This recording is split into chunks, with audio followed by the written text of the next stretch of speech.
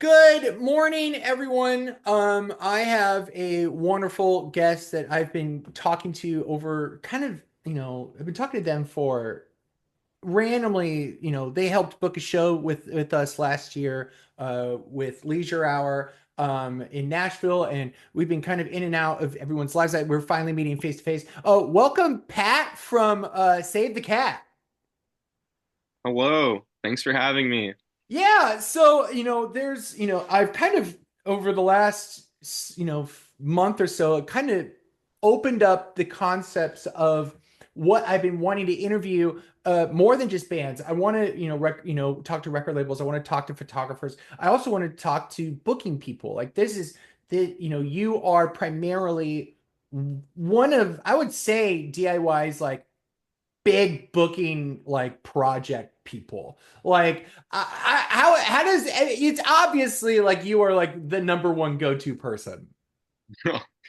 Oh, thank you. That means a lot. Yeah, I get hit up a lot for a lot of like different things, and that's really cool. I think like I've really expanded in what I do. Like, when I started it was very like small, and I think to a point it is still pretty small compared to like, what people above me in this field are doing. And, I don't know if I'd say I'm really in the field yet. Like this is what I'm trying to do.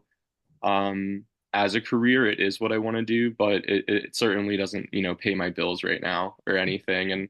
And that's okay because, at the end of the day, I'd rather do something that I love, even if it's not the most like financially fulfilling thing. But and yeah, that's kind of the way I view this. I think even if, this does become my career, I still don't know how, financially rewarding being a booking agent is going to be, as far as like, working with the bands that I want to work with. And that's not an issue either,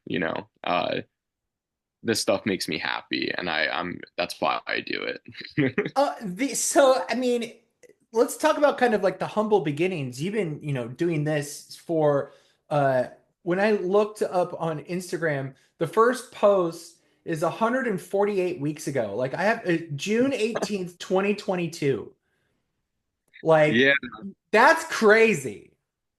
Yeah, so that's roughly around the time like I started Save the Cat, a few months before that actually. And um prior to Save the Cat, I worked with a couple other people on just like, smaller like booking projects, like little collectives and whatnot. And I lived in central Pennsylvania growing up, and um, I started to go to like a lot of DIY shows in Lancaster, Pennsylvania. Particularly like where I'm from, there wasn't much of like a scene. I mean, like there is and there isn't, at least like, as far as like DIY emo, not really. And I would say like Lancaster's also not a hotbed for DIY emo, but there's been like a lot of cool different bands that come out of Lancaster, a part of, many different genres. Like August Burns Red is from Lancaster. So, you got this like huge metalcore band, and like Apes of the State is from Lancaster. So there's like this huge folk punk scene as well. Yeah, I remember like a very like pivotal DIY show for me growing up before I was like booking tours. I want to say this is like 2018. I went to a show at Apes of the State's house. It was like one of their holiday shows. I think they do it every year, or they used to at least. And it was like Apes of the State doing an acoustic performance with Derek, the lead singer of the Homeless Gospel Choir, in their living room, and then Shannon from Awake But Still in Bed played an acoustic set in their backyard shed. There's something like I think about this all the time about these weird shoelaced memories that everyone gets to experience, and it's like this weird secret history that oh, people will have heard about this, and then there are some people that were actually there. Like they're like that's crazy. Like there are just weird legendary moments like that, and that's insane. Yeah, I'm also like personally, I think that's a big reason why I like booking is because I'm like so interested in like the history of it too, like things that I was around for, but I also love talking to people and like hearing about different shows they were around for. I work with this band called Hello Shark, and they're like this indie bedroom pop folk project. They've been around since 2006, and they're not a DIY emo band like whatsoever. They are a DIY band, but they've been around for almost 20 years performing music, and they they started in Burlington, Vermont. They're currently based out of Maine, but for like a few years they lived in Philadelphia, and in the time they were in Philadelphia, they were like, playing basement shows with Alex G and Frankie Cosmos. And but like, this was the same time that like modern baseball was playing like basement shows. Yeah. They weren't really playing together, but they like, bumped into each other and stuff. And I love like just talking to Link, the lead singer of that band, and just like hearing these stories and whatnot. They played, I guess like it's probably like a decade ago, maybe a little longer. They played a basement show in upstate New York with like Kim Yaw Dawson. And like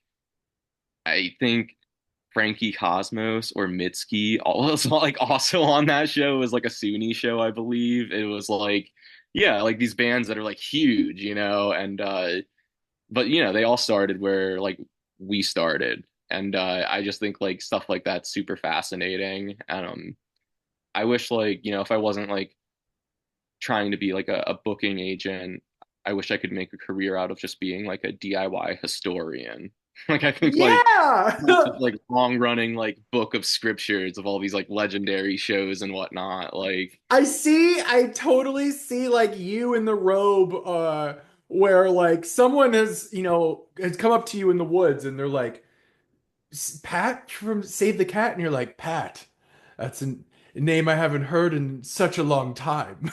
yeah, And you just are like blowing like dust off tomes, and like there's a very like the facilitatorness of booking is basically creating these shoelaced through points of history in this secret history of like DIY-ness. It's very right. strange. Yeah, I hope like, 10, 20 years from now, like people are talking about like Save the Cat shows like that, and like it's also cool. Like I don't go on tour a ton, but I've been on the road. Like I'll go out and like tour manage with Leisure Hour maybe like once a year. And that's really cool too. I mean, for like a lot of reasons, like I like touring. I think it's also like very hard. I think like 2 weeks in, I'm usually ready to head home. But like, And they're um, always gone for like a month at a fucking time too. yeah, yeah, they tour a ton. Definitely the band I work with that tours the most. Mhm. And but we've seen a lot of like results in that, and that's cool. So like, this past tour, I was just out with them for 3 weeks, and I was with them about 6 months ago too for another 3 weeks. We went to Fest with Kerosene Heights and Arcadia Gray, and Cool. I feel like at that time, and maybe still now, like they were the baby band on that bill, like the smallest band of that package. And it was cool to go on this recent tour with them and see them headline all these spots with a lot of their like recent success. It was the first time I've been out with them, after touring with them for 3 years, that like, they're headlining shows and people are coming out and people are sticking around and singing the words. And I think every night I was at the merch table and someone was like, yeah, I saw them like two step on TikTok and then saw they were playing like an hour away from me. So I came out. And I was like, that's so cool. And I think like stuff like that, I can sit at home and I'll get like the show reports after the fact, but it's really cool to be there in person and actually like witness that, organic growth in their community. And like stuff like that means a lot to me. And that's why I go on tour to kind of like, I think like some of this work can feel a little robotic at the end of the Mhm. day, and like it's important to me to like, whether that's come on a podcast or go on tour to put like a face to what I do. I don't know if it just helps me feel more human in the process or what the deal is, but um, that was a really like cool experience. And also kind of like tying back into what you said about these like historic moments, like, one that I think people are going to talk about a couple years from now is like on that Fest tour with Kerosene Heights and Arcadia Gray, we played Fest and Combat was also on Fest. And, at the end of that tour, we did 4 dates of Combat and Arcadia Gray and Leisure Hour, and super cool. But they played Fest and they were slotted at the same time as like Joyce Manor, which was like, like Wow. I don't think anyone felt super great about that, but they played and like our venue had like a line out the door for them. It was fucking packed, like it was absurd. Like it was this crazy set. I don't know. I'm sure there's got to be like some YouTube video of it somewhere, but like if there is, that's like something like, 5 years from now like people will be commenting on and being like, "Damn, I wish I was at Combat's first fest set." Like it was like one of those special things, and yeah, I I mean moments like that, that's why I love to go on tour to kind of like, witness the things that people talk about and have those moments for myself. Yeah, it's very cool to know that, like, again, with this secret history thing, it's got this Homer Odyssey passed down ear to ear, playing telephone. The rumor is this, rumor is that. There's never a written record of all of these strange and cool occurrences that happen from DIY show to DIY show. Like, the only way to ever know the truth is where you get like people that were there that you've talked to that are confirming the same story with smaller variations. Like, where it's Yeah, like right. the least amount of variations mean the closer that it's probably real. Like, it's this mystery. It's like you want it, like there's this kind of journalisticness about it as well, where you want to know what the truth is, so you start asking around. And I mean, I can't. I think maybe that's why, like, uh touring and bands in the 90s and early 2000s, like, from these cool DIY scenes. I would love to know more about like DIY stuff in the 80s and 70s, what that even looked like. I don't feel like that like, from, I'm assuming a lot here, but I feel like the house show thing started in the 90s. Like, that's what it feels like to me. And Yeah, like, right? Am I weird for saying that? there's like a couple house shows that like I am familiar with, and honestly, I'm not sure if they're still kicking at this point, but there's like one house show venue that I want to shout out. It recently closed, but it's called the Crayola House in Harrisonburg, Virginia, and that place, um, I want to say like started in the late '80s and was like Whoa! going for a pretty long time, like maybe on and off. I think like different students did different things like moving in and out of there. But it was like this basement. Like I had the privilege of going to a couple shows there, and this like basement you walk into. It's like covered like floor to ceiling with stickers, and like sure, there's like a lot of basements like that, but you just like kind of feel the history, and it also was like a straight up like kind of like gross punk house too.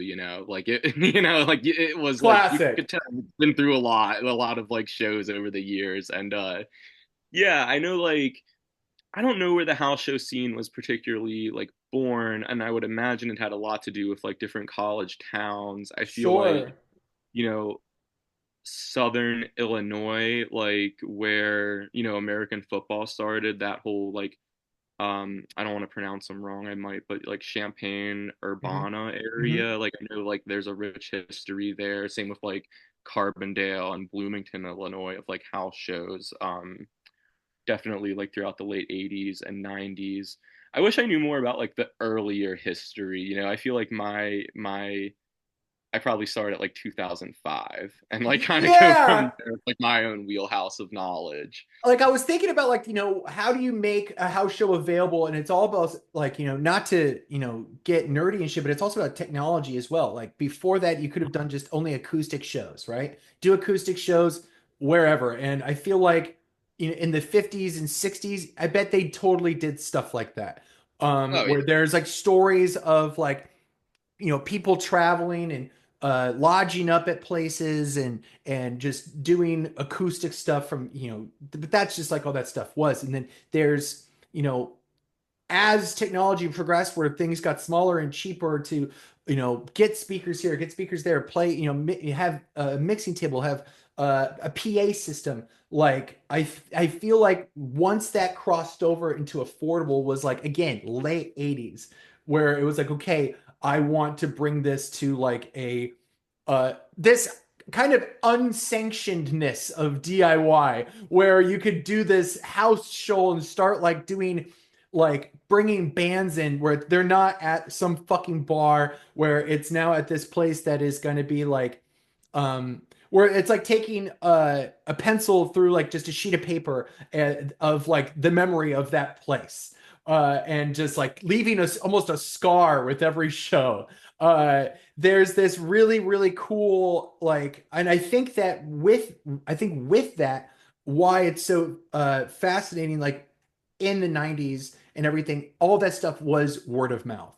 uh Zines made it possible with like making people want to write about those things. Who knows if people actually did? It'd be really cool to like find like show reviews of DIY spots in old zines from like the mid to late 90s. That would be like fucking insane. And Right. to think about like uh the people that facilitated those things where that's kind of what you are involved in now, is like you are like, you know, a spider building a web between people and places and music and things. And I think I understand why like uh I know why you go on tour. I know, like, I know why you want to get the fuck out from behind the laptop is because you respect and love both sides of it. Anyways, you're like, listen, I made that fucking show. I want to go. Like, Yeah, I've like, definitely I have felt that a lot, like totally. Like it's tough though. Like I feel like, particularly like with a lot of the bands I work with being involved in like the DIY emo scene, like I'm not in like a great like hotbed for it. I live in upstate New York, and Mhm, there are definitely like a good amount of like emo bands around, but like, I feel like it's fair to say like a lot of the like action in the scene is like central to Ohio and Michigan and mhm. Wisconsin and like Oklahoma, and like all those places are a good like 10 plus hour drive from me. So I feel like I get FOMO a lot. Like, like this year I'm going to my first Coachella, and Ooh, like I that's know. the big one. That's Yeah, the right. DIY Super Bowl. Yeah, right. I'm like super excited for that, but I'm also bummed. I know it's like the last one at Howard's. But I mean, I'm like bummed that I didn't get to go to more, especially like when I see them like repost like lineups from the past, and I'm like, oh my Sure. God, like where was I? It's the Howard's thing is it's like it's so cool that they've gotten to do 8 of them. Yeah, Like that's like there's got to be like there needs to be more literary written stuff about all of this. There really does. Like there like imagine Connor there's a audio asterisk right here. Connor is Connor Shack from Summit Check.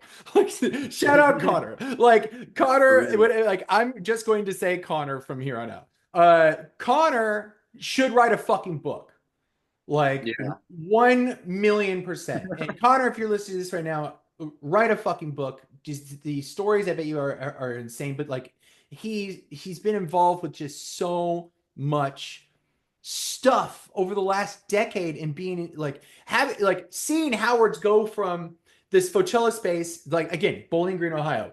Not sure why that's a hot spot in DIY, but it is because it's Connor.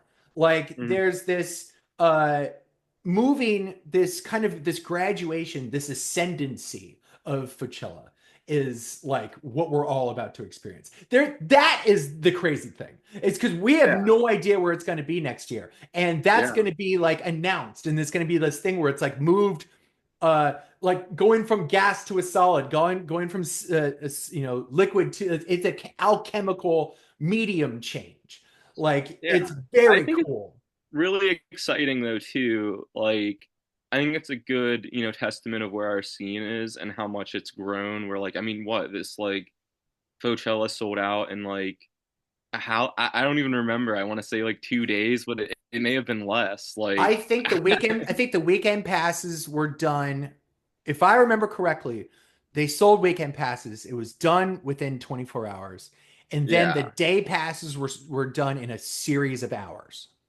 yeah. I mean that's amazing, and like. It's I don't know. crazy. It's super cool to see that.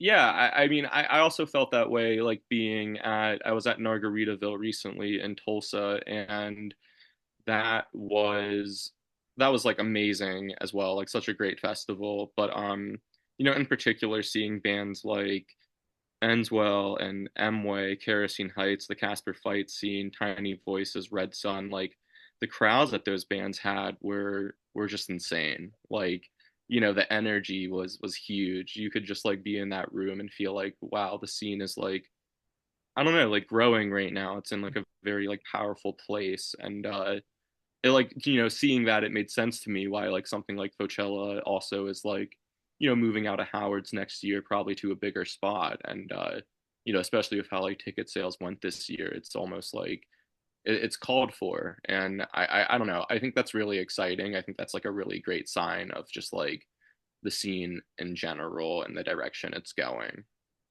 There is, I wonder if there's like some kind of like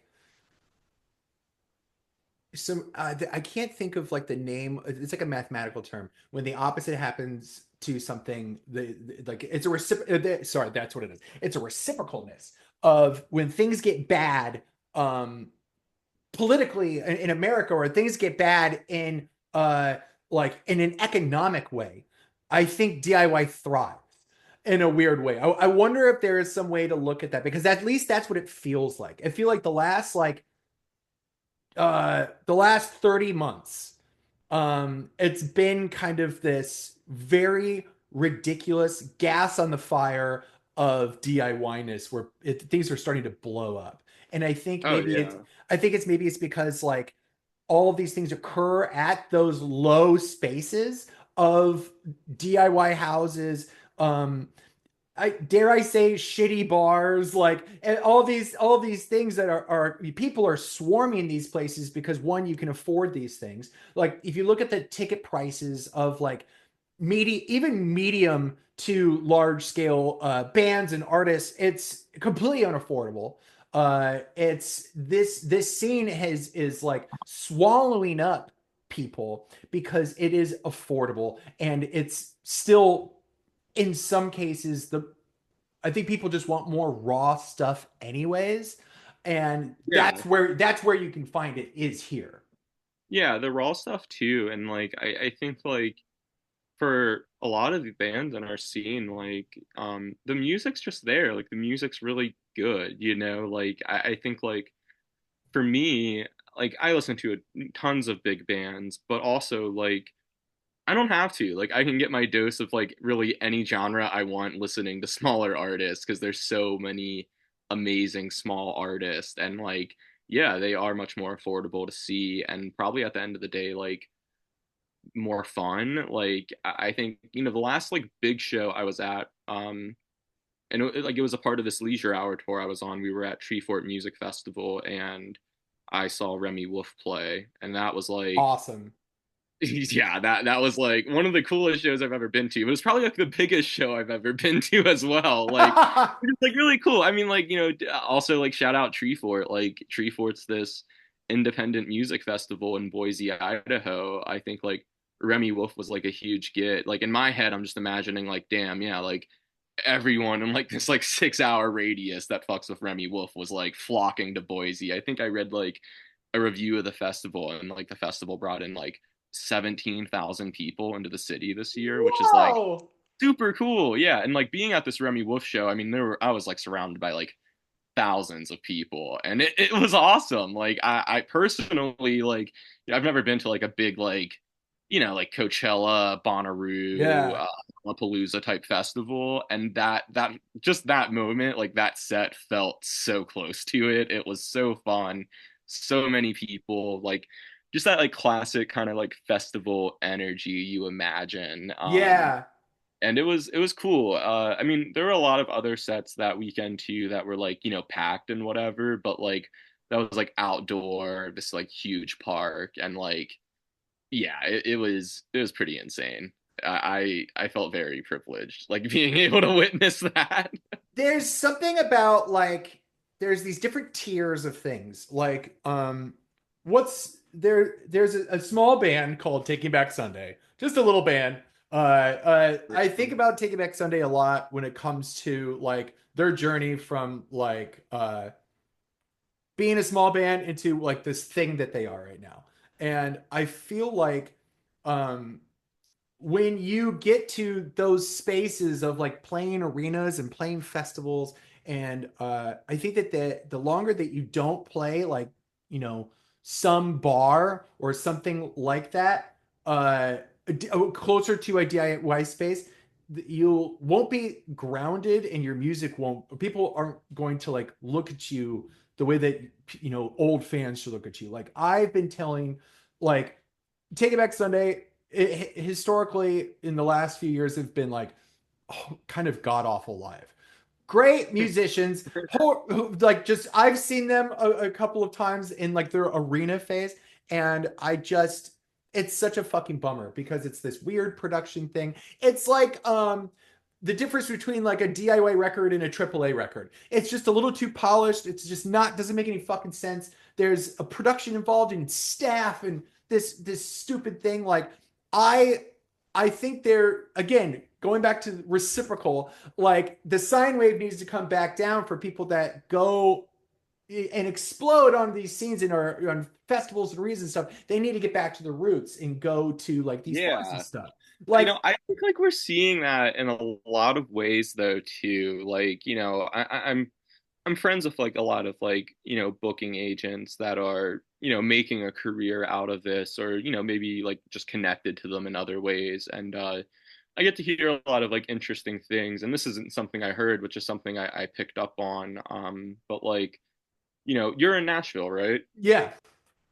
So like a couple weeks from now, Tiger's Jaw and Rodeo Boys are playing at Dark Matter, Yep. which is like pretty insane, right? Like that's Yep. like a small venue, like 200 cap at most. Yep.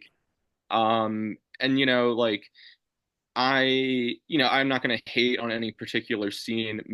My experience in Nashville has always been kind of like a struggle for the emo bands I work Oh with. my God, it sucks. Like Yeah, okay, all right, I'll right. Like, talk yeah, here. it's tough. Like, I'll talk my shit.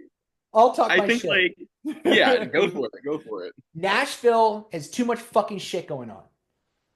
It sucks. And it's if you want to get the attention of one ticket buyer, you have to bust through the 20 other shows that are happening every night. It's Mhm. so oversaturated. So like you can either count on like your 10 friends that are going to show up to every show, and then that's it. Like you can, like the free throw show that's coming like at Dark Matter, Right. like that, those moments they bust through like the psyche of Yeah. everyone, and then it sells out in 24 hours. Yeah. Sure, great, awesome, let's fucking go. But like those small things, the stuff, the Tuesday, the Tuesday through Thursday shows, the Monday through Thursday shows, fuck, Sunday through Thursday shows, cooked. Like it's Yeah. not Right. like it's just it's you, most people can't afford to go all the time anyways. It's not great, but we're figuring it out, and there's actually a booking company I'm pretty sure you've worked with, Nash Grill. Yeah, I've heard of them. Nash Grill has been really focusing in on trying to get more, like, shout out Nash Grill. I love them. It's Patsy. It's really Oh, that's Patsy. Okay, I didn't from, realize that was Pat. I love Patsy. so Shout out Patsy to helps run Joe it and all with their other bands. Yeah. shout out Patsy, shout out Bug, shout out Logan. It's basically the Low Blow, OK Koala, and Dumpster Pussy that run it. Okay, Like, sick. Yeah, those are all amazing and Jack bands. Stoner from Growler, who's like the homie. All of them are like, so like there is great love in Nashville. Yeah, well, Huge, I was huge gonna fucking say love for it. the most like recent show I went to in Nashville was with Leisure Hour, and we played at the Arcane Workshop, and Patsy like set that up, slash like the owner of the workshop, and it like last time we played on Nashville was a Monday, and we sold like 17 tickets. It was like a bust. It was about 6 months ago. And this show was on a Tuesday. Going into it, we were like, this is gonna fucking blow. Like we just didn't feel good about it. Like we probably had like six like bad to mid Nashville shows like under our belt, and we got there, and I think the band's been doing really well lately, but like, I think like Arcane is maybe like 80 to 100 cap. We had about 60 people there, and Hmm. it went really well. I think it was like the first time, at least for me, and maybe for Leisure Hour, that we were like, okay, Nashville, like, yeah, you popped the fuck out. Like, we felt good about that on a Tuesday night. And, I think like, talking with some agents who work with bigger bands than I do and are just like working on these much larger tours, I've heard that Nashville, again, unless you are like free throw and have that history there, Hmm. like Nashville is typically a lower selling market, and that always like fluctuates. You know what I mean? Like 2 years from now, Nashville might be like fucking going insane. The same way that like Lansing or Milwaukee is right now Sure. for bands. And I don't know. Like I don't know, why Tigers Jaw decided to play at Dark Matter, but part of me is kind of wondering, like, I don't know, maybe their last few shows there have been in these bigger rooms that maybe didn't sell out or just like didn't feel as fun. And like, I'd imagine Dark Matter is a spot that that band probably played 10 years ago and had, a good time. And they just want to go do something where it's like, yeah, sure, it's a little bit more bare bone, it's a little bit more DIY than you'd usually see that band, but the fans are gonna have a great time. It's gonna sell out. It's gonna be this like super, intimate show. Still gonna sound great. It's like, I don't know. I think we're seeing kind of like a lot of bands like not necessarily reinvest in the DIY scene, but I think some bands maybe get out of it before they've gotten all the benefit from it. And it doesn't exist like solely to benefit from, but I think a lot of bands just leave and kind of put it all behind them before they've really have given the community a chance and have grown with that community. I think we see so many bands like grow. We see so many bands, maybe leave DIY, but also are still like, down to clown. They're down to still play like a Coachella or whatever it might be. And I don't know. I think we're kind of seeing like a wave of bands kind of like returning to their roots in a way that's like just looking to do like the most fun shows for them and the fans. And sometimes that's going to be like playing a 200 cap room. At least like those bands are going to play like a packed, sold out 200 cap room, and like those 200 people are never going to forget that show. I uh I completely agree. There was this thing that happened. Another tiny little artist. Her name is Lady Gaga. Oh yeah, no, Just I'm really, familiar. if you're familiar, have you heard of her? A little bit. A little bit. Okay, cool, cool. She's really cool. They're like so straight up. She had this record come out called Joanne. And it's awesome. It's like this kind of country record, country pop. Uh, but she did this like Dirty Bars tour where she only toured like 200 cap rooms. And at the size that Lady Gaga was when Joanne came out, this is post Party Monster. This is like at a huge peak of her career to go on in a weird kind of thank you tour, a intimate, just small thing. When I heard about that, I was like, that's what you have to do. That is straight up. Once you are in arenas, you have to dip back in at one point to like satisfy the those huge fans to create again more pencil going through the paper, scars onto like a show, onto your memory. You want to like create these fucking moments. And so I think that any band that you feel like is just some arena touring band and they're playing these festivals and they're gonna do fucking Coachella, not Coachella, and they're gonna go do this and they're gonna do that. And like I think everyone should like pay their dues and do like a week of like 200 cap rooms, 100 cap rooms, and just like do something Yeah. crazy. I think it's cool too. Like we're seeing a lot of bands like, in the emo scene, punk scene, pop punk, whatever, that like we all grew up listening to, like also reinvest in like, the scene or bands in it in different ways. Like I think of like it's funny, I saw uh Madison from Ogbert the Nerd like post on Twitter recently about like Hawthorne Heights, and Yeah, like I it's didn't. like Yeah, 1.2 million monthly listeners, and like yeah, didn't know you had that kind of game. yeah, they're like posing next to like a fucking Ferrari or something. Like, but like also like, they're doing this Is for Lovers festival, and like, like I don't know much about it, but I think it's sick. They bring smaller bands on it, and like, I think that's like super cool. And like, yeah, I think like the Wonder Years do that with the Loneliest Place on Earth Festival in Philly. And like, I don't know. I think it's really cool, like starting to see that. I kind of feel like the first time I like really noticed a band do that was maybe like 3 years ago. I mean, it's been happening for a long time. Like, Sure. I feel like, when La Dispute took Sweet Pill and Victoria Vark on that full US tour, I was like, I remember a lot of people like talking about like how fucking cool that was of La Dispute to do. And Hmm. yeah, I think it's really cool. I think at the end of the day, like it's also, a lot of bands I think get in their head about like, I'm friends with this bigger band, like why aren't they taking me on tour? Like touring, especially for like bigger bands, like yeah, they have like a say in what's happening at the end of the day, but I think a lot of people kind of forget how low the ceiling is in our genre. You know what I mean? Like I think like one of the biggest things like any of us in our like guitar based bands can do is like go on like an arena tour with Weezer or Pierce the Veil, right? Like Right. that's like making it for like a guitar band, you know what I Hmm. mean? Playing it's like two 20,000 like cap venues, and like from there, I'm not sure. And so many of the bands we see like blowing up, like, that's also what they're trying to work on. Like there's so many bands I feel like you know, I, I don't know. I'm gonna bring it up. I'm gonna be a little brave, but I'm gonna bring up like the whole Warp Tour discourse, Sure, right? sure, sure. We should totally get Um, into that. I have like different. I don't know if I have complicated opinions on it or different opinions, but I think like I saw a lot of bands get some heat about that like people listen to that came out of this scene who are doing it, and I don't know. Like if I was in a band, I would understand like having that conversation, and it'd be a difficult one. Hmm. Like I'm sure, I know there's people on Warped Tour that like nobody fucks with. Like nobody fucks with Ronnie Radke, right? Like Sure. Yeah. yeah, All like all my homies hate Ronnie yeah, right. Radke. And all of our homies playing Warped Tour also hate Ronnie Radke. They're not gonna go fucking see All Time Low. Like Yeah.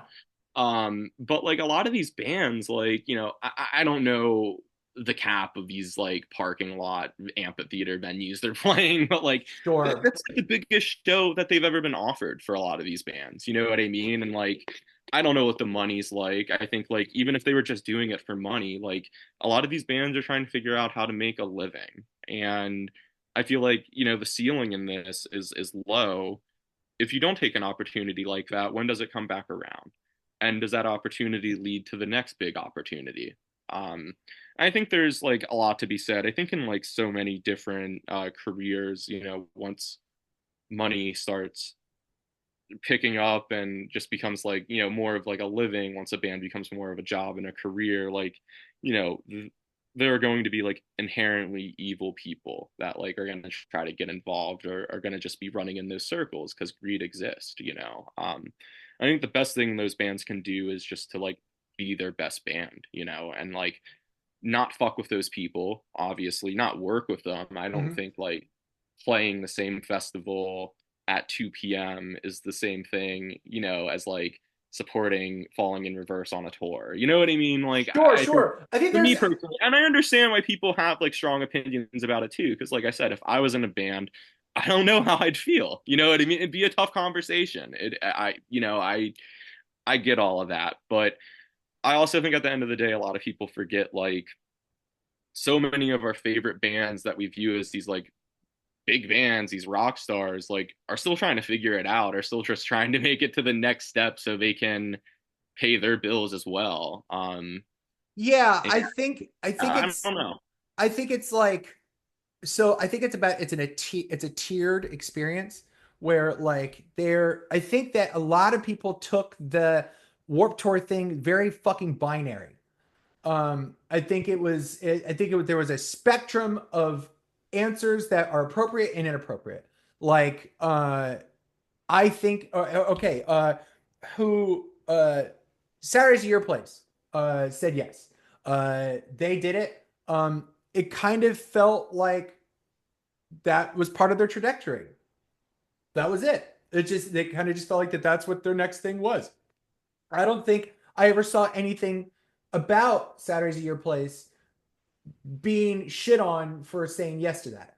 that could be attested to maybe of who they are as people, where everyone kind of already knows that those people are just doing the next thing that they know that they're supposed to do on their climb to stardom, which they will. Mark my fucking words. Um, Yeah.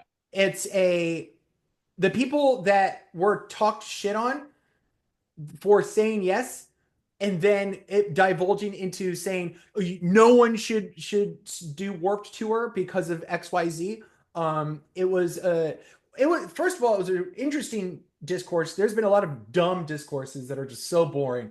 This one was, I find, was like actually interesting because it's about what are you valuing, and do you not value your bands getting an opportunity, or and do you value them saying no when it agrees with your binary view of like this is bad so no. uh Hmm. like there's just everything is such a massive uh spectrum of like, hey, well, I'm already a piece of shit, so I'm of course going to say yes.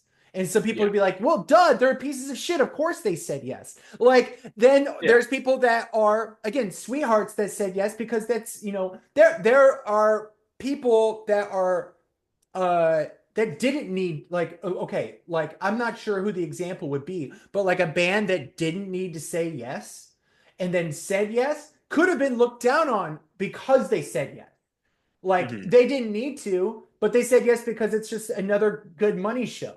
Like they could have, you can kind of be mad for people choosing to do this for money, surrounded by pieces of shit. Like Saturdays at Your Place, I keep using that example just because it makes a lot of sense. That is like them accepting that opens them up to the rest of it. That's them finally bursting through that level. And if they took heat for that, that kind of makes sense. Like because you're gonna get heat for those kinds of things, and if you don't care, you're fine. But at least they've opened up into the new space. Hmm.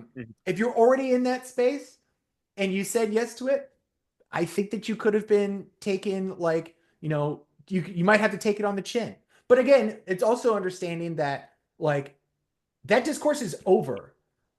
Like it Yeah. was it was Also, like it was like, like yeah, 48 hours. if you like, yeah, and also like if it's something you're doing and you face criticism, then that's something you gotta face. You know what I mean? Like, I'm not Yeah. saying like you should be like absolved from that either. I just think there's so many people who talked on it that like just don't really understand what is like I don't know, like what propels you to actually like make this into a career. And I think like, if any of my bands were offered something like that, like who are we to say no? Like that's kind of where Yeah. I'm at. I'm like, Well, I'm like, the Save the business Cat would side. say no to Warp Tour. Like, I Yeah. don't know. Like that seems like foolish in a way. That seems like for any band I work with, that would be like an unreal the biggest show they've ever played, to this day, like kind of thing, and like again, like I really do get it. Like I think all of my bands would also have to like think about it. You know what I mean? Yeah. Like it's I'm also someone who like I grew up going to Warp Tour. Like I don't fuck with a lot of the various things that Warp Tour created. That are like still haunting this scene. Yeah. But I also do credit it for being like, the Warp Tour is like the first place I saw some of my like favorite bands that, more or less like led me to the road of like DIY music, like Citizen and the first Warp Tour I went to was like 2014, so I saw like Real Friends, Neck Deep, The Story So Far, like for the Yeah. first time, and like yeah, I mean, I saw those bands on like small stages too. It's crazy. Like, Yeah. There's just something about like the big festival stuff. My take on big festival stuff, I'll give two takes for it. One as like a listener, and then one that's like in a band. Um, I'll do the band one first, just because it makes more sense to me to kind of do it that way. Uh, I'm 37. I started my band in my early 30s, all basically fucking mid 30s. And if I those opportunities I have no value for them. Because that's nothing to do with like why I'm doing this in the first place. Hmm. Like I'm doing this because it's a kind of quarter life crisis, kind of midlife crisis. Just like I'm willing to admit that like I never did it when I was 18, 20s. And so like the fact that I'm doing it at all right now, I'm completely comfortable with that. Like I just wanted to play music, and the fact that I get to do it in Nashville at all is exciting. Um, the thought of like playing as someone that's like looks at big stages, and this comes from my now like the reason for no is all for that is also because of the listener aspect. I've been to some of these festivals. There's this one in Chicago that's like this big emo one, and I keep forgetting what it's fucking called. um it's like I'll have to look it up, but like I saw like the Used and Mastodon and Take It Back Sunday was there. Mineral was there. It's I can't remember what it's fucking called. I'm The gonna Riot Fest? Yeah, it was Riot Fest. So Okay, yeah, I was gonna yeah, say that's like the one yeah, I'm gonna okay. make sure I edit that so it sounds like that Pretty sure Riot I Fest, I'm pretty sure the lineup comes out tomorrow for this year. Yeah. So Yeah. Riot Fest is great. When I went to Riot Fest, I saw Modern Baseball there. Like I saw Mineral. I had like a really, really cool time. Again, this was like 12 years ago. But there's something that I don't like those types of shows. Like I am Hmm. not a festival amphitheater like big stage high production show. I'm just not a fan. Sure. And that is I think that like people there's something that is just not very raw about it. It's There's something about when like I was in theater as a kid where like going to see theater was like awesome, but when you're on stage, everything you kind of the magic is gone. And like you get to see like from behind the set and you see all the pillars up and the light, you see where the lights are and you don't even see the audience. Like I don't like when the magic is gone. And I feel like the magic is there when you're playing like shitty DIY spots. That's the best. When you're closer to the ground, when you're just a little bit above everyone, where you can still see just like a sea of people, like that is where the magic is for me, and that's where I like to stay. Hmm. And so like when it comes to these big festival stuff, I know, and it's also not something that I want to like make money doing. I don't give a fuck anymore. I'm 37. I have like this is a hobby. And some people are still like trying to get 2 feet into the whole thing. And I think that like just to tie it all back, let people who are trying to do 2 feet into the whole thing, if they have to like it's two-sided. If they have to go do Warp Tour with share a stage with fucking Ronnie Radke, like they know that they have to take it on the chin, and then we know that we get to talk shit for like 48 hours and then it's done. Because they've already said yes. Like that's it. Everyone gets 48 hours. My Yeah. dogs just lost their minds at something. I was wondering what that was. I heard a little Let something me there. just So check. Hold on. yeah, no, go for it. Yeah. Boy, no.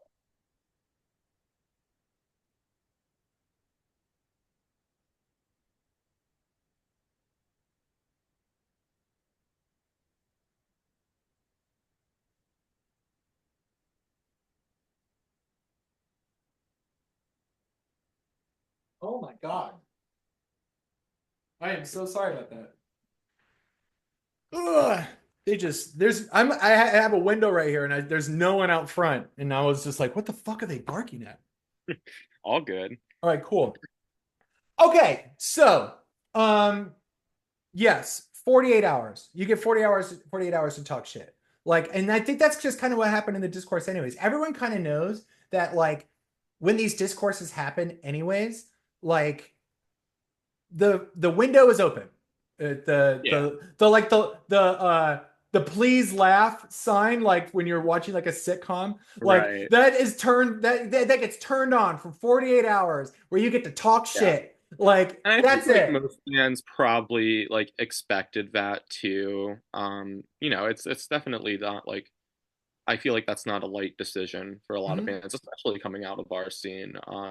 I think like, a silver lining with playing something like Warped Tour that I've talked to some friends about who have been, given that offer or maybe are doing it, is that you do have this stage and platform to try and make a difference. If there's this dude who's widely known as, this horrible abuser, transphobe headlining, then you go on your stage and you talk your shit. You should, especially at a time like this, kind of to tie back into earlier with like, feeling like our scene really comes together when things outside feel like they're falling apart. I think it's important to take that platform and to say something. Mhm. Especially, I think at a place where, a lot of people will care about what you say. Um, and that's definitely like a thought I've had too. I think like, going back to earlier, like if any of my bands were like given that opportunity, I think that's a reason to say yes. I agree. Um, a lot of bands I work with are very like outspoken, and I also like me personally, I like when bands are outspoken. I will respect a band a ton if they take, a couple minutes out of their set to talk about something close to them or just to talk about something that's fucked up and that, that like on a community level, if we all got together and could make a difference, like I think like, one band who I think is like, really great at that and gives a ton back to the community is Michael Sarah Palin. And I think every time I've seen that band, I've heard them speak on some issue. And, I really appreciate and respect that. I remember the first time I saw them, it was a really cool experience. I booked their first show in Vermont a couple years ago. I think maybe their only show in Vermont, but it went really well. Like all things like it was a house show. And it was in the middle of summer, like on UVM's campus. We were all kind of I was like nervous going into it, but then like we threw up like a pre-sale for 100 tickets and it like sold out. So I was like, okay, Crazy. we're cool. We're chilling. But like in this basement in the middle of summer with all these like Vermont bros, like, going crazy. They like took a few minutes to talk about like, Cop Forest in Atlanta. And like, I just think like I remember that. You know what I mean? Like I remember them doing that. I probably don't remember much of the set, but I remember that. And it was just like powerful. I liked that they had this room and that they were able to command it. And get people to listen. And I feel like that's something some bands should take a part of that Warp Tour, especially with the way the world's heading. I think we need people to do that when they have a stage and they have a platform. Yeah, I think it is important. I think that, it's hard to, I think there's it takes a lot to say that you care about something. I also think it takes a lot to think that you are allowed to care about something. Where like specifically, you're like, oh, I'm just a tiny band. Like I'm, it's like if you're at your first show, are you gonna take the time to call about trans lives matter? Like it's like who, what kind of branding are do you want to put on yourself, like for those kinds of things? And so it's cool when people actually take the time to do that, because some people just go up and play, and I think that that's still okay as well. Mhm. But it's cool to see um the 3D-ness of a band become real, where it's like not Yeah. only are we people plus music, we're people plus music plus ethos. Like that's it's very important to at least present yourself as three-dimensional as much as possible. Yeah. And I think that's like an overarching theme too, is like, I think bands should stick as close to the whole like DIY ethos as possible. And I think like, even me as a booker, and then, there's also like so much discourse about like what DIY is and like Mhm. I don't know. I think for me, as long as like there's not big money involved, that's like supporting you consistently, like funding you. I don't think having a booking agent like, like a Save the Cat or a Connor at Summit Shack or, whatever is like not DIY. Like we're not, the Connor and I and other people that do this, we're not making livings off of this. We're also just like DIY people helping DIY bands. And I think like yeah, me as a booker, like I stick to this like very DIY ethos. I think all of my bands like care about that, and I think like a part of it is like a lot of my bands are kind of growing out of this like basement scene. And we're like looking for the most like viable spots. And that's different for all of my bands. Some of my bands like will not play like a 21 plus show, and that's Hmm. cool. I don't like 21 plus shows. Other bands of mine don't care, and that's fine too. Hmm. Um, so it looks different for everybody, but I also think like a lot of the bands I work with kind of also like get at the end of the day, as long as it's like a safe option, like sometimes the Friday night house show is going to be the better show. Sometimes that's the best time for the band and the fans. Sometimes like you're going to make more money at this house show. And I think like house shows can always be a risk. Like every house is different, like I lived in Philadelphia for a while, and I think like Philly has a very, very interesting scene. I think it's like one of the best music scenes in the world. I think it's also like super gatekeepy and clicky and divided, and like I think like literally like different parts of Philly like spawn like different kinds of house shows. Like I think like for example in West Philly, there's a couple different house venues that have like been active for years, like pre-COVID too, and they have this like very like DIY etiquette. Like you go there and like you're going there to see a band, and the house is there to put on bands, and like it might not be like this anymore. Not every house is like this in the area, but I remember like going up and like playing shows around like Temple University where like the full like first floor of the house might be unaware that there's a band in the basement. You know what I mean? Like a house party that has a show. And like and that's everywhere, but like Philly was like definitely super interesting with that. I feel like DIY in Philly is like so different between like West, South, North Philly. Like, I feel like there's even like some bands that like a North Philly band like doesn't make it over to West Philly super often to play. And I don't know. I also feel like as a booker, like I am super out of the loop with Philadelphia. Like when I lived there, I had no problem booking there. As soon as I moved out, it's like it's a battleground. I think would you all of us feel that. would you say that that is all right? So a couple questions. One, uh, you kind of have to have as a booker, you have to be kind of tapped in to like everywhere. Whereas you want to make sure you know exactly who the correct people you have to reach out to, make sure that those relationships are still like meters are filled. Like it's an interesting. You have very weird relationships with everyone behind the scenes, and that's across the United States. Yeah, at this point, I would say I have um a lot of different relationships with people across the United States, and like even in like I've not booked outside of the US, but I do have like contacts in like Canada and Mexico. I've helped bands from both countries come into the United States to tour, and have like booked some US tours for bands that have been from Canada or whatever. Yeah, it's yeah. So I think like for me, I have a lot of different connections, uh, like everywhere, and like all on different scales. You know what I mean? Like there might be like some cities where I exclusively work with like one promoter for the most part, but I'd say that's pretty rare. I'd say that's pretty rare for most booking agents. I think like everyone maybe has their favorite promoter. Like everyone kind of has like, when you pick up a show, you're like building a tour and you decide to route through like this city, you're like, okay, yeah, I want to hit this guy up. But then, usually if that doesn't work out, you have somebody else in mind. I think like, I've been doing this like with Save the Cat at least since 2022, and like pre-Save the Cat, like I also still had like connections from bands I was booking before Save the Cat, and a lot of that has like really like just grown with me.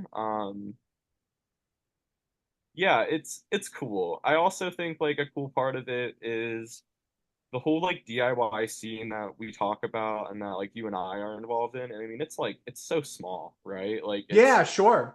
it's in the grand scheme of the population, it is so small. And like, there's like 5 to 10 people in each city, that like has like a DIY scene that are like putting on shows, and then there's the bands, and then like even on like the level above Save the Cat, with like all the emo bands we listen to and love, like, so many of them have the same booking agent. There's like 5 to 10 booking agents, like, particularly that handle this kind of music that really are like building these big tours and booking them. And like, yeah, like for example, like, it's just some bands we've talked about, like Saturdays, Trash, Basement, and Movements all have the same booking agent. Yeah, Yeah, like that's it's all crazy. like, crazy like different bands. I mean, not crazy different bands, but like, yeah, or and a lot of like, I think like for most bands in the scene that we listen to as well, they're probably like split between like, just 2 different agencies that employ like a handful of agents, and that's probably Sound Talent and Sequel Music, I would or say Coach. those are the two main ones. Yeah, 100%. Yeah, really great companies though. I like work with both of them from time to time, and like really cool people, amazing bands. Very professional. Yeah, yeah, Yeah. straight up. Like it's cool. I mean, that's definitely like what I want to get to someday. Like I think like, and I think both of those companies are really cool too because they handle, like, various degree of bands. Like Sequel has, smaller artists like Combat, and Red Sun, and then also are booking, arena tours for the story so far and 4 years strong and Mhm. mom jeans. You know what I mean? Like it's cool. And like I think like that's something that I care a lot about as a booker is like no matter like where I go here, like I don't necessarily ever want to leave that DIY ethos behind. Even if that's like Yes. even if 5 years from now I'm not booking like a ton of basement shows. I mean, like, yeah, honestly, I hope 5 years from now, personally, I'm not booking a ton of basement shows. I hope the bands I work with 5 years from now are just like, just like, hopefully are a lot of the same bands and we're just doing like bigger things. That'd be awesome. But I think at the end of the day, like, when I say bigger things, maybe that's just more consistently playing in like 2 to 500 cap rooms and selling those shows out. You know what I mean? Like, I don't know. A big thing like I try to do with Save the Cat, or that at least like nowadays, it wasn't always like this. It took a long time to figure out what I want to do with Save the Cat and what Save the Cat is, but now I'm just like really trying to hunker down with like, the different artists I work with and figuring out how to develop them. I think like most bands in this scene like want the same thing in some ways, and that's like yeah, to go on these like support tours because like if you're not doing that or you're not like consistently just grinding touring year round or like popping off on TikTok, like I'm still a big believer that touring is one of the best ways to get your music out there and at least to develop the most hardcore fans. For me it's always been like the bands I fall in love with the most, and the number one reason is I see them play live and I see how they play their music.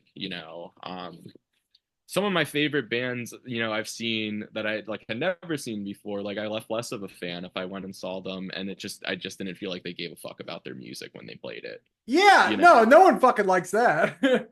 all right, like, and some of my favorite bands that are my favorite bands now. The first time I saw them was like in a room with me and 10 other people, but they played like they were in front of 500 people, and I think that's also like a really important thing, not to like just give unsolicited advice to whatever bands are listening to this, but shitty shows are gonna happen. That's a part of touring. I mean, not everything can go perfectly right. And like when you're taking a risk, going on the road and crashing with strangers and playing in rooms in front of strangers and all this like crazy shit, I think it's important to always try and play your best set because at the end of the night, even if you play in front of 5 people, if you play your fucking heart out in front of those 5 people, they will come to your next show. They'll buy your t-shirt. They'll make sure you get to the next place. They might even offer you to crash on their couch. You know what I mean? It's been a lot of times I've just seen bands like, give up. And I've been in bands too. I've been on tour in a band and like I get it. I've played in front of no one. It fucking sucks. If you're playing in front of no one, you can probably let loose a little bit. But if there's people there, try to give it your all. I think, those people paid to see that. Mhm. And they'll pay next time. You know what I mean? If you don't, they might not. No, I fucking get it. Listen, I wanted to kind of close this whole thing out. I would love to play a song of your choosing on the podcast. You're not in a band. You work with a lot of bands. So you kind of have you get to on a marketing level, like you get to plug whatever you want. All And that's right, like, not, and I just want to let you know, there is, if there's people that of your bands that are listening to this, they're going to wonder what you're going to play.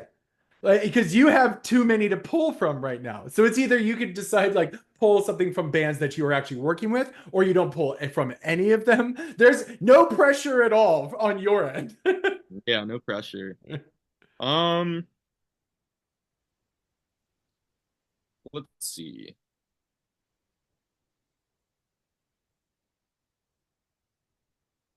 I'm like looking at my Spotify. Damn, I just know, I know. I was gonna go with a classic. No, I'm not gonna do that. It's kind of cringy. Let's go with one sec. Let's see. Let's go with words that rhyme with a different, etc. by Sports. Okay. Here's words that hold on. I have to, I have to I don't even know the name of that song, so I have to like look it up so I could like read it out loud. Hold on. All right. Sports. Boom. Oh, I'm just glad I get to edit this whole thing. I've just been like revisiting Demon Days recently, and I love that record. And like that's the first song I heard off of it like 10 years ago. So I've just been like jamming that one lately. It's like been stuck in my head. Okay, cool. Sorry to all the bands I work with for not plugging any of your songs. Hey, Super listen, fun. he had to, it was either one or none. It was Yeah, a that's how much he values all of you by picking none of you. but I will say if I have a second, I'd love to plug a couple of things that I have on like a Actually, rise. yeah, here, go. Why don't you go ahead and do like a big plug section? Word. All right. So yeah, a couple cool tours coming up that you guys should go to. Whoever's listening, you probably like some of these bands if you're listening. And I'll like tease some other things that I will be announcing soon Cool. without them fully away. But Cheem is about to go on tour in a couple of weeks. They're going through the Midwest. They're playing Stoop Fest in Lansing, Michigan. Um, I fucking love Cheem. They are a band that I have been listening to since before I started really booking tours.